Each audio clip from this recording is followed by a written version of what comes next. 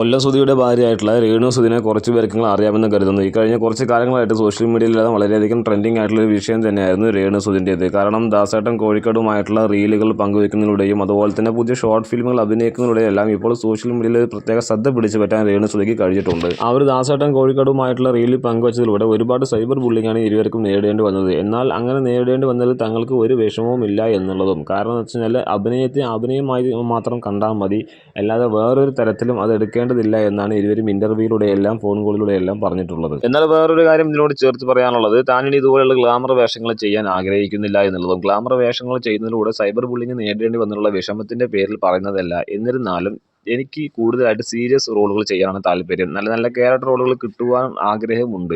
അതുകൊണ്ട് തന്നെ നല്ല നല്ല ഡയറക്ടർമാർ ഉണ്ടെങ്കിൽ എന്നെ സമീപിക്കുക.